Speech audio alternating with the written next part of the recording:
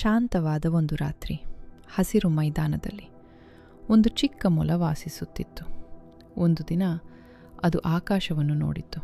ಅಲ್ಲಿ ಒಂದು ಸುಂದರವಾಗಿ ಹೊಳೆಯುವ ಚಂದ್ರನನ್ನು ಕಂಡಿತು. ವಾಹ್, ಎಷ್ಟು ಸುಂದರ ಎಂದು ಹೇಳಿತು. ನಾನು ಚಂದ್ರನನ್ನು ಮುಟ್ಟಬೇಕು ಎಂದು ಚಿಕ್ಕ ಮೊಲ ಉತ್ಸಾಹದಿಂದ ಹೇಳಿತು. ಅದು ಜಿಗಿಯಿತು, ಮತ್ತೆ ಜಿಗಿಯಿತು, ಎಷ್ಟು ಸಾಧ್ಯವೋ ಅಷ್ಟು ಎತ್ತರಕ್ಕೆ. ಆದರೂ ಚಂದ್ರ ದೂರದಲ್ಲೇ ಇತ್ತು. ಮೊಲ ನೆಲದಲ್ಲಿ ಕುಳಿತುಕೊಂಡಿತು, ಸ್ವಲ್ಪ ದುಃಖದಿಂದ. ನನಗೆ ಮುಟ್ಟಲಾಗುತ್ತಿಲ್ಲ ಎಂದು ನಿಟ್ಟುಸಿರಿಟ್ಟಿತು. ಚಂದ್ರನು ಮೃದುವಾಗಿ ನಗಿತು ಮತ್ತು ನಿಧಾನವಾಗಿ ಹೇಳಿತು, ಚಿಕ್ಕ ಮೊಲ, ನೀನು ನನ್ನನ್ನು ಮುಟ್ಟಬೇಕಾಗಿಲ್ಲ. ನಾನು ಯಾವಾಗಲೂ ನಿನ್ನ ಜೊತೆ ಇದ್ದೇನೆ, ನಿನ್ನ ರಾತ್ರಿ ಬೆಳಗಿಸುತ್ತೇನೆ. ಮೊಲ ಮೇಲಕ್ಕೆ ನೋಡಿ ಹರ್ಷದಿಂದ ನಗುತ್ತಿತ್ತು. ಅದರ ಮನಸ್ಸು